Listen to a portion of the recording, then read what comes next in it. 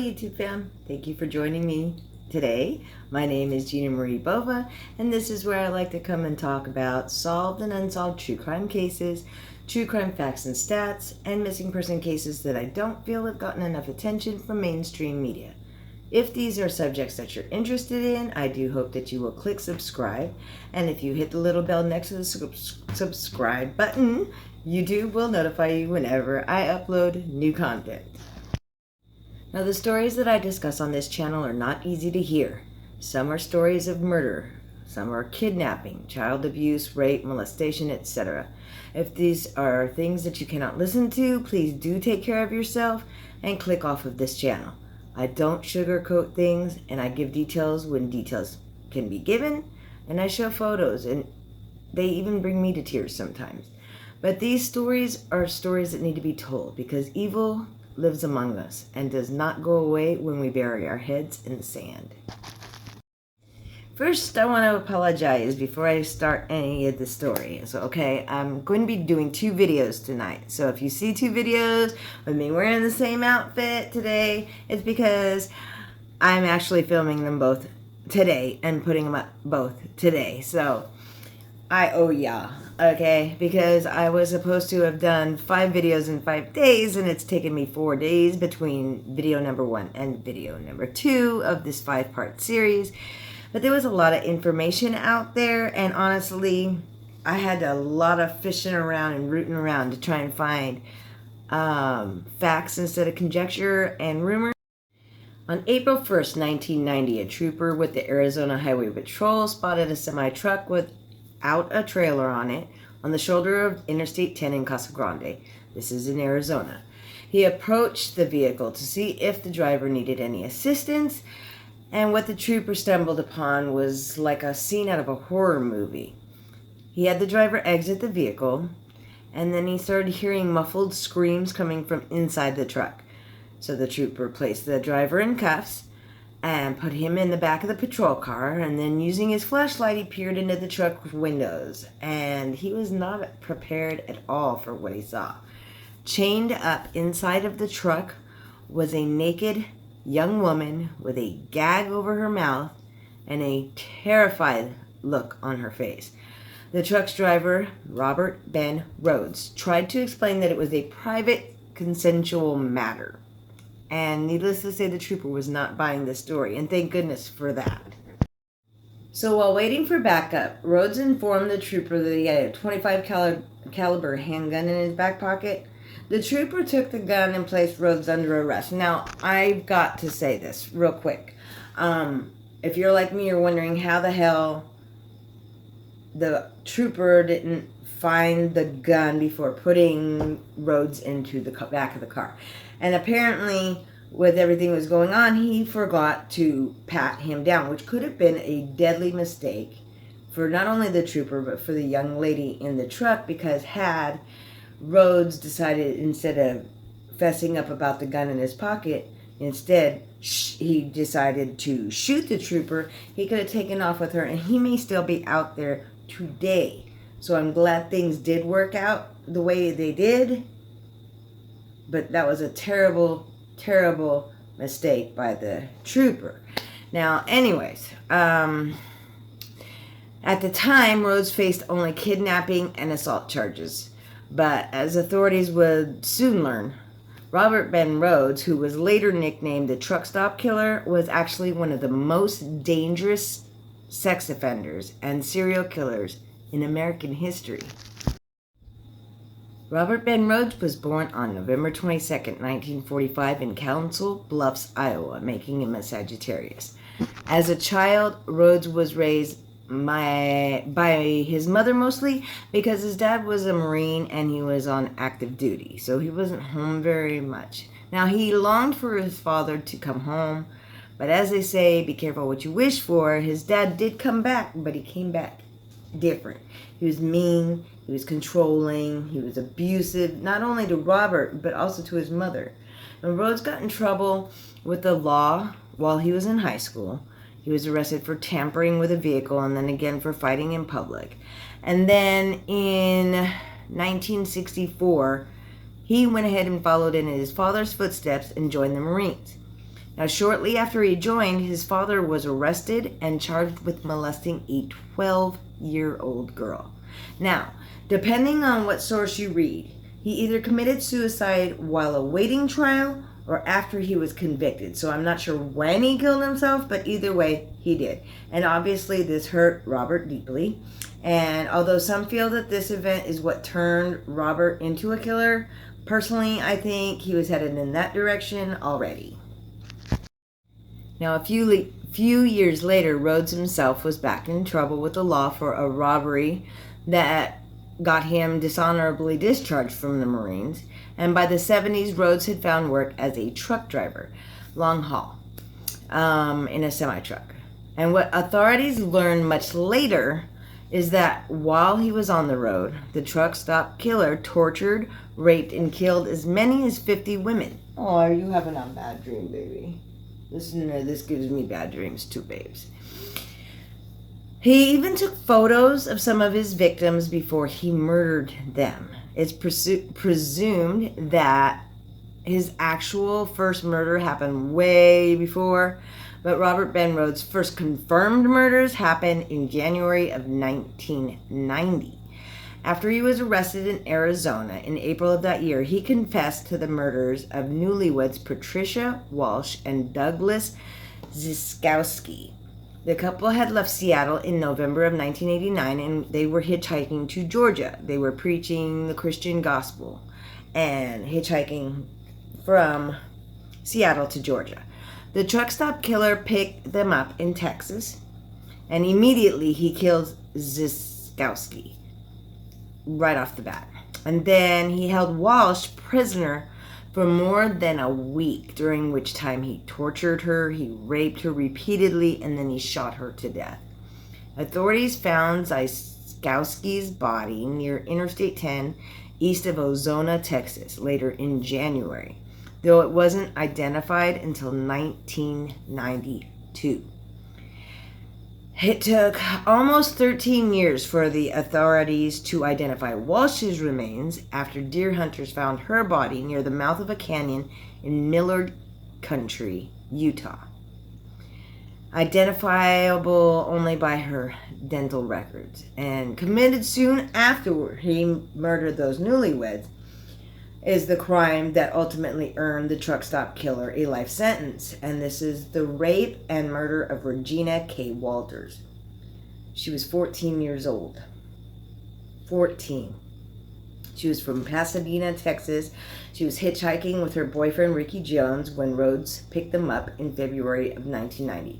Now, Rhoades immediately killed Jones, whose remains were later found in Mississippi. But he kept Walters hostage for several weeks, maybe even more, in what's been called his traveling torture chamber. Meanwhile, he took several photos of her as he held her captive. Photographic evidence seized during a search of Rhoades' home later revealed photos showing different lengths of Walter's hair growth and various bruises that would be different colors, like they were healing, and then new bruises, which indicated to officers that she had been held for a substantial amount of time. During Walter's imprisonment, Rhoades would even call her father from payphones. On one of the calls, he told Walter's father that he had cut her hair. That sick bastard. It wasn't enough to torture this poor 14-year-old girl. But that sadistic fuck enjoyed torturing her family too. It's just a horrendous thing. After torturing her with things like fishing hooks, he raped her repeatedly, he sodomized her repeatedly, he made her dress up in other victims' clothes, he killed her boyfriend, he chopped off her hair, he beat her, and now, of course, took multiple photos of her throughout the whole time. Rhoades took one final set of photos of her right before killing her with baling wire garrote. He wrapped it around her neck and twisted it so many times that he nearly decapitated her. Afterwards, he threw her body in a barn off Interstate 70 in Illinois, where it was found in September. By then, the truck stop killer had been in custody for about 5 months, but the book on his reign of terror was hardly closed. Rhoades was convicted for the Walters murder in 1994 and sentenced to life behind bars in Illinois, but authorities could not get him for anything else for a really long time. After he began serving his sentence, however, he started confessing to other murders that he committed during his long life on the road. For one, he only faced consequences for the murder of Walsh and Zyskowski in 2012, more than 20 years after the crimes were committed. And after a years-long pretrial period, the truck stop killer pled guilty to both murders and received another life sentence as a part of a deal with prosecutors to avoid the death penalty. According to District Attorney Steve Smith, this is what he said, quote, "I've been a prosecutor since 1979, and it was one of the rare occasions when I was in the court where the defendant walked in and you felt the evil. The hairs on my arm stand up right now just talking about it," unquote. Other prosecutors and cops who worked the truck stop killer case over the years likewise felt Rhoades is evil. Though such allegations have never been confirmed, the authorities widely suspect that Rhoades actually killed dozens of women. Law enforcement cross-referenced his trucking logs with records of young women that went missing over a 15-year span when he was believed to be active, ultimately suggesting that he was responsible for some 50 murders, or as many as 1 to 3 women every month during his peak. His truck was certainly equipped for the job. Authorities found a dungeon-like compartment between the seats, as well as handcuffs on the ceiling, so that the victims could be chained up and tortured. They likewise found a so-called murder kit containing chains, cords, whips, and leashes, as well as dildos, clips, pins, fish hooks, and he used all of this on the genitals of his victims. But without confessions or hard evidence, we may never know how many people the truck stop killer murdered during his bloody reign all those years ago. In 2015, several law enforcement agencies shared a photo of a young woman taken by Rhoades inside his truck in 1985 on Facebook. It was on the same roll of film as the shots of Regina K. Walters. The authorities figured that the woman was just another victim of the truck stop killer, and they were really looking to identify her. But then, a woman from Saskatchewan named Pamela Milliken recognized the young woman as herself. She said that she was hitchhiking to go find her brother in Winnipeg when she ended up in Rhoades' truck. When he snapped a photo of her just as she got in, she was like, "Why?" And he told her it was because he kept photos of all of his passengers just in case anybody ever robbed him and ran off. He could show the cops the pictures. And you know, it's a bunch of bullshit. Quote, "He told me he was going to Florida and he wanted me to come with him," Milken said. At one point, he pointed to a sign on his dashboard that said, "Cash, grass, or ass. No one rides for free," unquote. Then she recalled, "I didn't have any money, I didn't smoke pot, so I knew which one it was going to be." They had what Milliken even described as a consensual sexual encounter, and he dropped her off at a bus depot in Winnipeg. Thing is, it's really not consensual when she's 15 and he's a grown-ass man. What a piece of shit, but she's lucky to have gotten away with her life. And there's no way to know how many people actually got into his truck that were able to live through it and get out without ever knowing how much danger they were in the first place. It's horrifying. I mean, back then, people didn't think twice to stick their thumb out and hitchhike across country. My dad hitchhiked to every state in the continental U.S. back then. And, I mean, obviously it's safer for a man normally, but with this man, this Rhoades, he would kill the men right away. He would either just pick up single women or he would pick up couples. If he picked up a couple, the man was dead that moment. And then he would just do what he felt like doing, whatever he felt like doing, to the poor females that were left behind. And he was sick. He would electrocute the genitals. He would put fish hooks through them. He would burn them. There was no end to his sadism. And it's terrifying.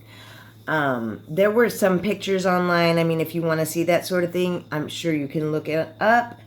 However, personally, I will not show those. There were also a lot of pictures of Walters, who was 14, that he kept for what everybody thinks is the longest amount of time of all of his victims, and I will not show her pictures either. I think I will show like one picture, but her face is going to be blacked out because that is somebody's child, and I have a real issue with showing pictures of somebody terrified like that. Her face, you can see the terror on her face, and I'm sure her family would appreciate not having to see that every time they turn their computer on. So I have in the past shown underage victims in the morgue or afterwards, but generally, although they are deceased and I am showing their pictures, it was their parents that did it, so I don't give a fuck about the parents' feelings about seeing this on the internet. But her parents were also victimized by this man, not only because he took their daughter, but because he was calling them and just kind of rubbing it in and taunting them and just torturing them with that as well. So I don't want to continue their torture by putting her face out here. But there have been a lot of women, I'm sure, that got away. And we'll never know how many that is, but we'll also never know how many didn't get away. How many of these unidentified bodies that have been found over the years are due to him. And their remains may never be identified. Their families may never know who killed them or that they're even dead. It's just such a horrendous thing. These truck drivers that are killers are actually, in my opinion, some of the most dangerous, because police departments in one jurisdiction don't generally speak to police departments in other jurisdictions. It's actually told over and over and over how rare that is for them to work together. And somebody who has victims in every state on all these different highways, it's actually quite smart. It's horrible, but it is quite smart, because if you don't get pulled over in the act, chances are you won't get caught unless they have your DNA in their system already. And it's going to be hard to figure out who's doing it, because if he picks you up in this state and dumps you off in that state, the two states aren't talking to each other. The victims may never be identified, and if they're not identified, it's really hard to find out what happened to them. Now he's over 70 years old, and he remains behind bars. And while the truck stop killer will never see the light of day again, we will probably never know how many lives he took. He's currently serving out his 2 life sentences without the possibility of parole at the Menard Correctional Center in Chester, Illinois. And if there are more murder confessions to make, there may be still time for other families to find some semblance of closure and justice. But honestly, I'm going to say that I don't think that he's going to ever confess to everything he's done. I think it's his way of keeping that just for himself and continuing to torture the family members of his victims. That's the end of this story. If you stay tuned, I will be uploading another video here very shortly. I hope to see you there, and don't forget to subscribe. It really helps a lot. And if you can hit the like button or share this video, make sure you comment what you think about this. I would love to talk to you about it. It's very interesting to me. The next story I'm going to be doing is going to be part 3 of my Truckers That Kill series, and this is about a woman truck driver. I found that one quite interesting. So until I see you again, y'all stay safe out there.